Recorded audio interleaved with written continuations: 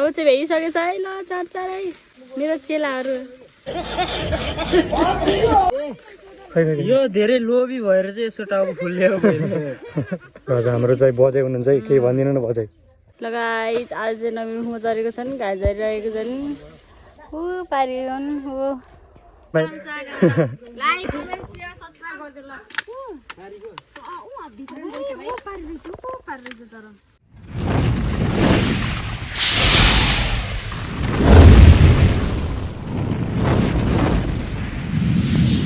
guys welcome back to my channel झोला 5 बजेर सन्चै हुनु चला म पनि एकदमै सन्चै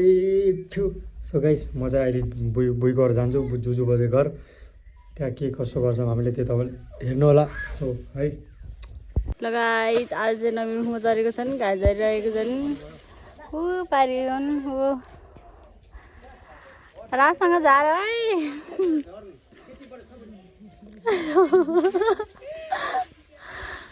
हो पारिजानु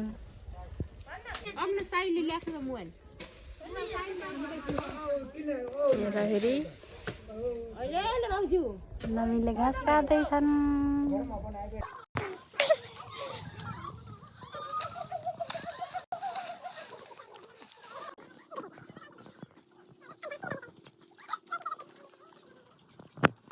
म चाहिँ रूपमा माथि चढ्छ नि नवीनले चाहिँ घाँस काट्न लगाएर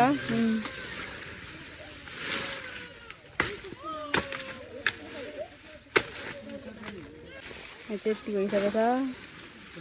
राम्रोसँग काट कुमार यता फेरि काम हुँदैछ हेलो भाउजू यता हेर्नुहोस् त कस्तो मस्त गाइस घाँस चाहिँ त्यति भइसकेको छ ल अब भ्याइसकेको अब चाहिँ भ्याइसकेछ है ल चार चारै मेरो चेलाहरू घाँस काटेर अनि त्यहाँ भारी पनि भइसक्यो कति भारी भयो फुई एक भारी आएको छ एक भारी त्यहाँ 3 भारी भयो यी 4 सानसानो 4वटा भारी भएछ सानसानो कतिवटा भारी बनाउने र 2टा यसले 3टा भन्छ यताबाट फेरि रोस्ट हुँदैछ है फेरि हाम्रो फुलाई बजे चाहिँ त्यहाँबाट एङ्ग्री हुँदैछ है बजेल चाहिँ त्यहाँबाट यो धेरै लोभी भएर चाहिँ यसो टाउको फुल्लिएको ए अन्टीको चाहिँ भारी भइसक्यो है फुल चाहिँ खोइ देखाइदिनु नि यहाँ सुन्तला भनिदिनु अरे क्या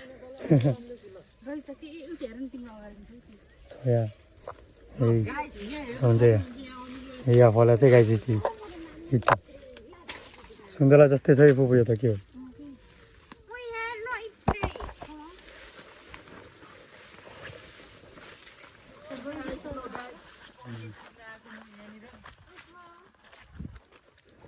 खै यता देखाइदिउँ न ब्लगमा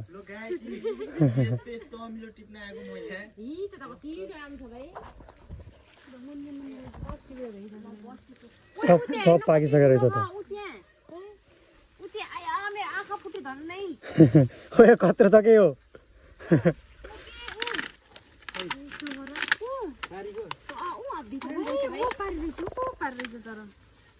फुपूको टाउको जत्रो होला है निब्बु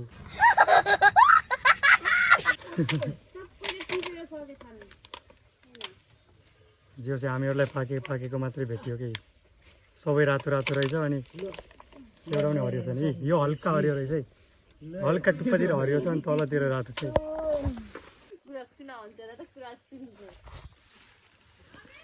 हजुर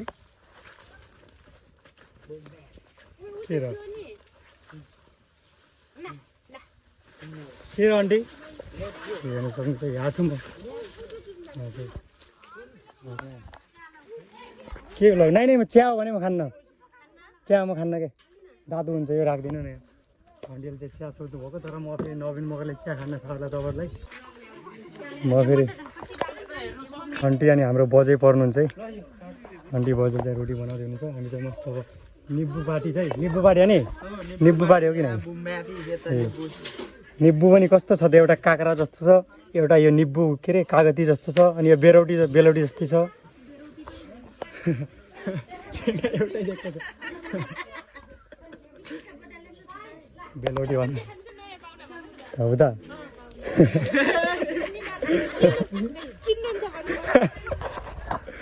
हाम्रो नयाँ पाहुना हुन्छ है बाजेहरू नमस्ते बाजे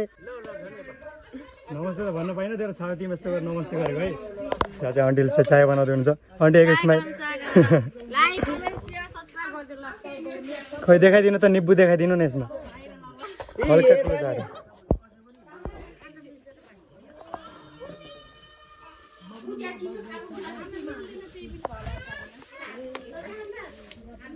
ल ल नुन खोर्सानी पिसिहाल्नु भन्ने रहेछ फेरि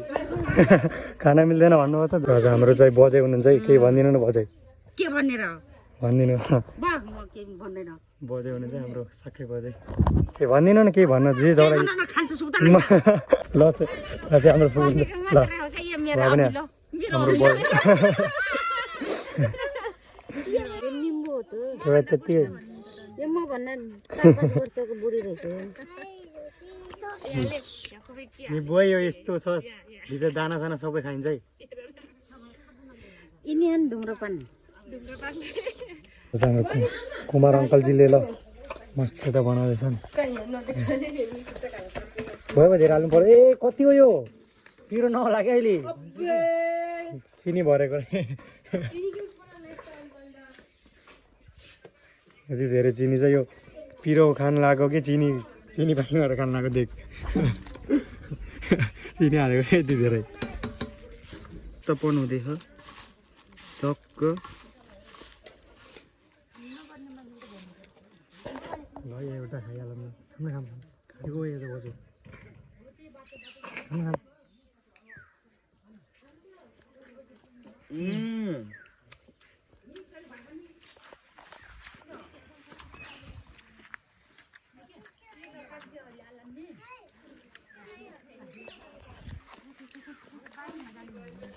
पिरो भन्दा त गुलियो छ है धेरै यस्तै हो क्या खाने नि टिप्ने भनेको 4 जना खाने भनेको 2 जना है हो कि नै गाइस यो आजको मेरो ब्लग के कसो गऱ्यौँ हामीले तपाईँ सबैले हेरिसक्नु भएको छ होला मेरो ब्लगमा आजको मेरो ब्लग मन पऱ्यो मलाई सब्सक्राइब सेयर कमेन्ट गर्नु होला नयाँ हुन्छ नि फटाफट गरेर सब्सक्राइब गर्नु हाम्रो बुमबाम फ्यामिलीमा जोड्छ हामी सबै मिलेर बुमबाम फ्यामिली बढाउनु पर्छ so love you guys so by by भनिदिनु त आन्टी छैन आन्टी खाना खाँदा एउटा हात हालिदिनु बजे भाइ भनिदिनु न भाइ भनिदिनु ल तपाईँको स्टाइलमा ओए बजेको भाइ भनिदिउँ सो लभ यु गाइस सबै बुमबाम फ्यामिलीलाई सो बाई